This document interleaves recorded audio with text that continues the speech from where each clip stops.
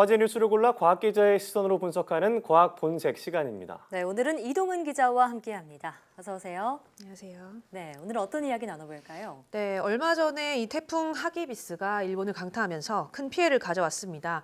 수십 명의 사상자가 지금도 계속 나오고 있고 네. 경제적인 피해 금액도 천문학적 수준이다 이런 이야기가 나오고 있는데요. 네. 여기에 또 한 가지 우리 국민의 우려를 낳은 일이 있었죠. 이 후쿠시마 원전 사고로 생긴 방사성 폐기물이 포구에 유실됐다 이런 소식이 전해졌습니다. 예. 네, 경위는 더 지켜봐야겠지만 태풍이 올 것을 알면서도 하천변에 그대로 뒀다는 게 사실 좀 이해가 잘 안 되는데요. 네. 자, 아직 정확한 양이나 떠내려간 경로가 확인되지 않아서 불안감이 커지고 있는 것 같은데 네. 자세한 내용 전해주시죠. 네, 우선 이 방사성 폐기물이 유실된 곳은 이 후쿠시마현의 다무라시입니다. 이곳에는 이 1톤 정도 되는 크기의 이 자루에다가 방사성 폐기물을 담아서 외부에 쌓아놓고 예. 보관을 합니다. 이런 임시 보관소가 사실 이곳 한 군데가 아니라 여러 곳에 있습니다. 네. 이번에 이 폭우가 몰아쳐서 유실이 됐다 이렇게 보이는 보관소에는 이런 자루가 한 2,600여 개 정도, 정확하게는 한 2,667개 이렇게 네. 나오는데요. 예. 이 자루들이 불어난 하천을 따라서 흘러내려간 겁니다. 현재 회수된 거는 한 10여 개 정도로 나타나고 있는데 그렇군요. 아직 정확하게 유실된 양에 대해서는 파악하지 못하고 있는 상태입니다. 예, 자 무려 2,600여 개 중에서 현재 몇 개가 유실됐는지 알 수 없고 네. 이 중에서도 10여 개 정도만 현재 회수가 됐다라고 말씀해 주셨는데, 자 그럼 이 안에 어떤 방사성 폐기물들이 담겨 있는 건가요? 네, 이 지난 후쿠시마 원전 사고 당시에 이 방사능이 유출이 됐잖아요. 예. 네. 그러면 이 방사성 물질이 지역 곳곳에 예를 들어 주택가라든가 학교, 건물, 운동장 이런 곳에 다 남아 있게 됩니다. 네. 그래서 이런 오염된 흙을 5cm 두께로 긁어내서 모아놓은 거죠. 여기에다가 이 주변 지역에서 나오는 나무나 풀들도 같이 모아놓게 됩니다. 그러니까 이 자루 안에는 당시에 유출된 이 세슘이나 스트론튬 같은 대표적인 예. 어떤 방사성 물질들이 그대로 들어있다는 거죠. 그렇군요. 네, 그럼에도 일본 정부는 이 문제가 환경에는 영향이 없다 이렇게 얘기를 네. 했습니다. 이 폐기물이 하천으로 흘러들면 자연스럽게 방사능이 유출되는 건 당연한 얘기 아닌가요? 네, 일본 환경상이 그 방사성 폐기물 자루가 손상이 되지 않았다, 파손이 되지 않았기 때문에 안에 있는 물질이 흘러나올 염려가 없다 이런 네. 이야기를 했습니다. 예. 그런데 사실 이 소재 자체가 우리가 생각하는 것보다는 훨씬 두꺼운 소재의 자루기는 합니다만 현지 언론사의 기자가 포착한 모습에 이 하천에 빠진 자루가 이렇게 수축이 돼 있는 홀쭉해진 아. 모습이 포착이 됐습니다. 내용물이 빠져나갔다는 그렇죠. 뜻이죠. 안에 있는 게 빠져나갔기 때문에 이 자루가 줄어들었다는 건데 네. 실제로 지난 2015년에 이 같은 후쿠시마현의 이다테촌이라는 곳에서 폭우가 내리면서 이런 방사성 폐기물 자루가 유실된 적이 있었습니다. 그런데 이때는 실제로 자루가 찢어지면서 속이 빈 채로 발견되는 경우가 있었거든요. 그러니까 파손이 안 된다라고 단정 지을 수는 없는 거죠. 예, 자 문제가 없다는 환경상의 발언 이후로 이 자국 언론에 의해서 그 주장이 계속해서 뒤집히고 있는 건데, 자 더 걱정되는 건 이 방사성 폐기물이 하천으로 흘러 들어가면은 바다로도 갈 수 있다는 뜻 아닌가요? 네, 맞습니다. 우리가 걱정하는 이유가 바로 그것 때문인데 예.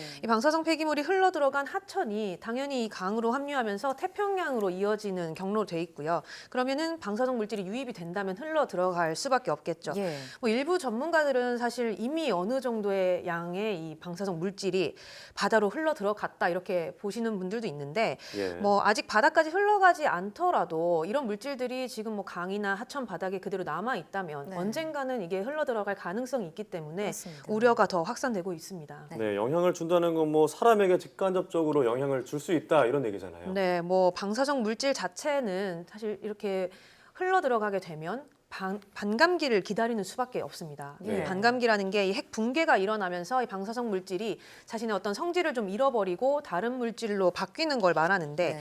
이게 굉장히 오래 걸리는 이 방사성 물질들이 있습니다. 앞서 얘기한 이 스트론튬이나 세슘 같은 경우도 대표적으로 이 반감기가 긴 물질인데요. 예. 보통 한 30년 정도 반감기가 됩니다. 그러니까 이 방사능이 반으로 줄어드는데 30년이 걸린다는 얘기인데 그렇기 때문에 이 방사성 물질들을 당장 처리하지 않고 이렇게 모아서 보관을 하게 되는 겁니다. 네. 이렇게 반감기가 긴 물질은 아주 미세한 양이라도 계속해서 남아있게 되고요. 네. 완전히 없어지려면 한 수백 년 정도가 걸리게 됩니다. 근데 바꿔 말하면 이 물질이 수백 년 동안 이 완전히 없어질 때까지는 방사능을 내뿜는다라는 네. 얘기가 되겠죠.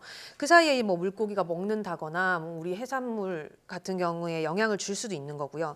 그러면 결국 이제 소량이라도 사람이 먹게 되면 네. 인체에 영향을 주게 되는 거죠. 네, 그렇군요. 정말 얘기를 들을수록 더욱 심각한 상황이라는 생각이 드는데 저희가 앞서 자료 화면으로도 봤지만 임시 보관소라고 해도 말이 보관소지 그냥 하천 옆에 방치해뒀다고 봐도 네. 무방할 정도입니다. 네. 이렇게 방사성 폐기물을 보관하는 거 문제가 없는 건가요? 네, 뭐 그래서 이 방사성 폐기물 보관 방법 자체에 이 일본 정부가 너무 안이했다 이런 비판의 목소리가 나오고 있는데 예. 네. 뭐 안전하게 벽을 쌓는다거나 특정 장소에 보관한 게 아니라 이 말씀하신 것처럼 외부에 방치하다시피 이렇게 쌓여 있다는 거고요.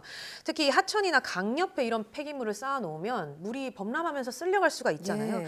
그래서 일본이 정말 너무 무책임하게 이런 방사성 폐기물을 처리하고 있는 게 아니냐 이런 목소리가 나오고 있습니다. 그리고 일본 정부 같은 경우는 주변 지역에 대한 통제도 제대로 하지 않는다 뭐 이렇게 문제 제기가 되고 있는데 네. 예를 들어서 이 체르노빌 같은 경우는 원전 사고가 났을 때 반경 30km 안으로 사람이 절대 들어가지 못하게 이 폐쇄를 했었습니다. 네. 그런데 후쿠시마의 경우는 바로 원전 근처까지도 정부가 우리는 다 복구를 하겠다. 그래서 아. 다시 사람을 거주하게 하겠다 이렇게 밝혔거든요. 예. 그래서 이미 뭐 인근 지역 주민들을 그쪽으로 돌려보내고 있기도 하고요. 네.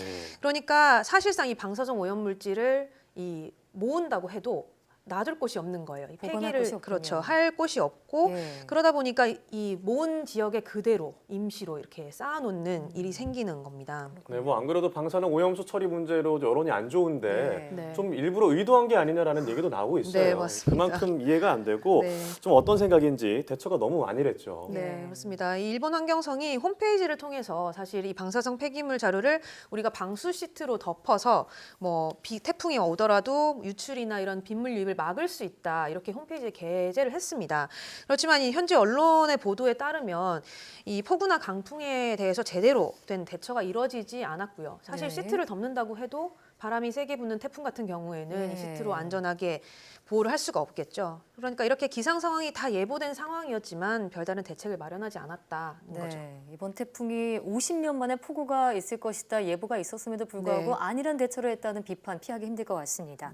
자, 우리나라를 포함한 주변국에도 피해를 주지 않을 수 없는 상황인데 가장 시급하게 대처해야 할 것은 어떤 것들이 있을까요? 네, 우선은 뭐 이제 태풍 피해에 대해서 조금씩 복구가 이루어지고 있고 상황 파악이 이루어지고 있는데 우선은 이 유실된 방사성 폐기물의 양이 어느 정도인지 그리고 이게 가장 먼저 흘러 들어간 경로가 어딘지부터 파악을 해야 될 것 같습니다. 뭐 그래야 막을 수 있는 방법을 찾거나 해결책을 제시를 할 수 있을 것 같고요. 네. 그리고 현재 이 후쿠시마현에 있는 폐기물 자료의 수가 1,000만 개 정도에 달한다고 합니다. 예. 이 보관소만 해도 임시로 된 곳이 한 800곳 정도 이렇게 예. 나눠져 있는데 일본 정부에서는 아직 여기에 대해서 구체적인 처리 방법을 내놓지 않은 상황입니다. 네. 무엇보다 이 특정 지역을 정해서 오염된 물질을 안전하게 보관하는 방법을 찾아야 될 것 같고요. 네. 인근 지역 주민들을 뭐 다른 곳으로 이주를 시킨다거나 또 뭐 오염 우려가 있는 식품들은 유통이 되지 않도록 잘 점검하도록 이런 후속 조치가 필요해 보입니다. 예. 네, 이번 태풍으로 일본이 큰 피해를 입었고 좀 안타깝고 빨리 조속히 복구가 이루어졌으면 좋겠지만 네. 이 방사성 폐기물 문제는 좀 제대로 처리를 해줬으면 좋겠습니다. 그렇습니다. 네, 오늘 말씀 고맙습니다.